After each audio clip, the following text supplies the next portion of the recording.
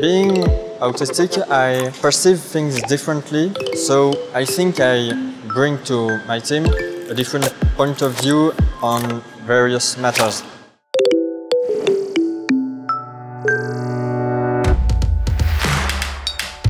I think being inclusive is very important, generally speaking. We have to be inclusive in any way. When it's down to the disability part, I think it's inclusive in a powerful sense. It brings a better team spirit. People with a different ability join a team, and these people have generally compensated by some strength. So it's super great for a team in terms of creativity, team spirit and unity. What we have to do is recruit more disabled people of different disabilities.